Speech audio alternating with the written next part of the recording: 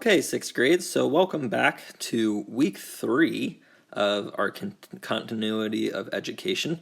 We are going to start by reviewing the article you had from last Thursday called Faster and Faster.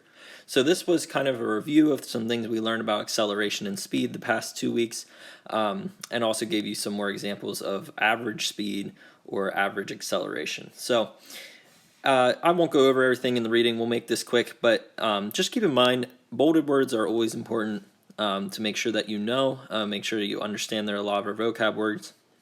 But they go through here and they talk about what is acceleration, where can you find it in your life.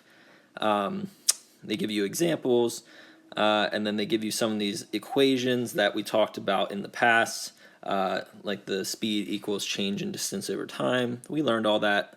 Talked about Usain Bolt, give you some change in distance. So a lot of repeat of what we've been teaching you the past couple of weeks. This is an interesting chart here. It talks about average speed and says that you can calculate the train's average speed if you take its speed over multiple data selection points and then divide it by how many you have. That's how you can find the average speed of that train over a period of time. And we didn't get into too much about average speed, so that was interesting. Then we got to our think questions here at the bottom. So after reading through all that, you're supposed to answer these 3 questions, so let's talk about them. So question number 1 here is, what is the difference between speed and acceleration? And you'll see I already put what I think a good answer is. Maybe you have something slightly different, but you could go back to our definitions of speed and acceleration, and that would suffice. So speed is the distance traveled by an object in a unit of time. It's just basically how fast something is going. The difference is acceleration is how much your speed changes. Keyword is changes in a period of time. So if you're speeding up or slowing down, that is where acceleration comes into play. So that's question 1. Question 2 gives you an example. It says, does a flying bird move with constant speed or with acceleration?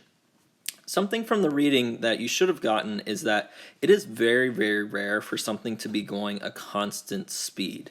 That means it needs to go the perfectly same speed that it's going at a current time. So a bird probably is not flying with constant speed, although it's not impossible. But the speed is probably changing ever so slightly here and there due to wind, due to effort, all that kind of stuff. And then if you look at this GIF here on the left of a peregrine falcon diving for prey, its acceleration changes dramatically. It's flying, stops, and dives downward. And that's a great example of different deceleration and acceleration. And finally, what is an example of deceleration, or negative acceleration as we call it?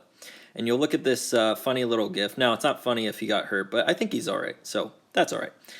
He chose to go down this hill, so now we'll just watch. But you'll see this man sitting in a pink car. He is moving pretty quickly.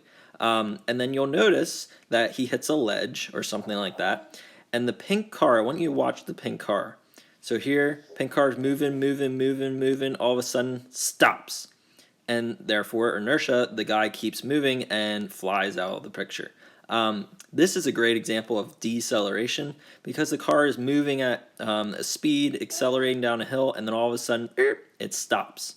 So car crashes are a good example that I came up with, but there's lots of different examples, everything from a ball hitting the mitt of a glove to a goalie stopping a soccer ball. So those are just a couple examples. All right, thanks for listening, guys. You can continue on with today's content.